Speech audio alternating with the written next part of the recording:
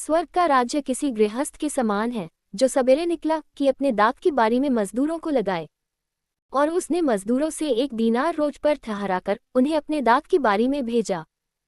फिर पहर एक दिन चढ़े निकलकर और औरों को बाजार में बेकार खड़े देखकर उनसे कहा, तुम भी दाख की बारी में जाओ और जो कुछ ठीक है तुम्हें दूंगा। सो वे भी गए। फिर उसने दूसरे और तीसरे पहर के निकट निकलकर वैसा ही किया, और 1 घंटा दिन रहे। फिर निकलकर औरों को खड़े पाया और उनसे कहा, तुम क्यों यहाँ दिन भर बेकार खड़े रहे? उन्होंने उससे कहा, इसलिए कि किसी ने हमें मजदूरी पर नहीं लगाया। उसने उनसे कहा, तुम भी दाख की बारी में जाओ। सांझ को दाख बारी के स्वामी ने अपने भंडारी से कहा, मजदूरों को बुलाकर पिछलों से लेकर पहलों तक उन्हें मजदूरी दे दे। सो जब वे आए जो घंटा भर दिन रहे लगाए गए थे, तो उन्हें 1-1 दीनार मिला। जो पहले आए उन्होंने ये समझा कि हमें अधिक मिलेगा, परंतु उन्हें भी 1 दीनार मिला। जब मिला तो वह गृहस्थ पर कुटकुरा के कहने लगे कि इन पिछलों ने 1 ही घंटा काम किया और तूने उन्हें हमारे बराबर कर दिया, जिन्होंने दिन भर का भार उठाया और घाम सहा। उसने उनमें से एक को उत्तर दिया कि हे मित्र, मैं तुझसे कुछ अन्याय नहीं करता, क्या तूने मुझसे 1 दीनार न ठहराया? जो तेरा है उठा ले और चला जा। मेरी इच्छा यह है कि जितना तुझे उतना ही इस पिछले को भी दूं। क्या उचित नहीं कि मैं अपने माल से जो चाहूं सो करूं?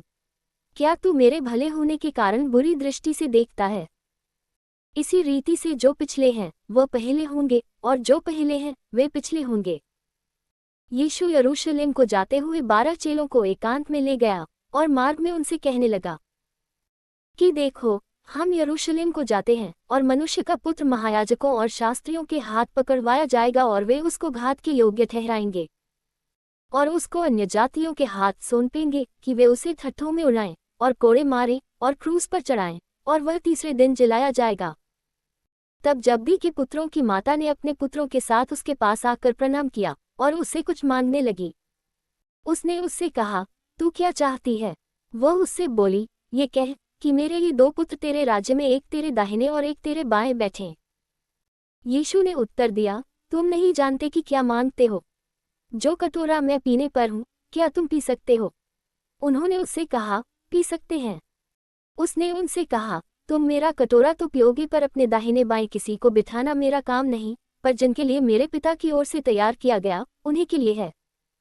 ये सुनकर 10 चेले उन दोनों भाइयों पर क्रुद्ध हुए।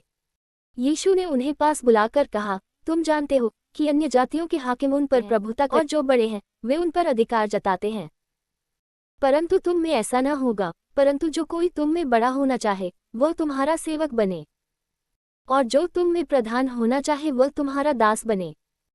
जैसे कि मनुष्य का पुत्र वह इसलिए नहीं आया कि उसकी सेवा टहल करी जाए, परंतु इसलिए आया कि आप सेवा टहल करे और बहुतों की छुड़ौती के लिए अपने प्राण दे।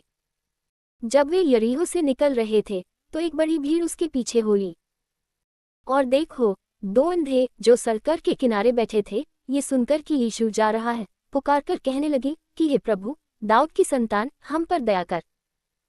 लोगों ने उन्हें डांटा कि चुप रहें, पर वे और भी चिल्लाकर बोले, हे प्रभु, दाऊद की संतान, हम पर दया कर। तब यीशु ने खड़े होकर उन्हें बुलाया और कहा, तुम क्या चाहते हो कि मैं तुम्हारे लिए करूं? उन्होंने उससे कहा, हे प्रभु, ये कि हमारी आंखें खुल जाएं। यीशु ने तरस खाकर उनकी आंखें छुई और वे तुरंत देखने लगे और उसके पीछे हो लिए।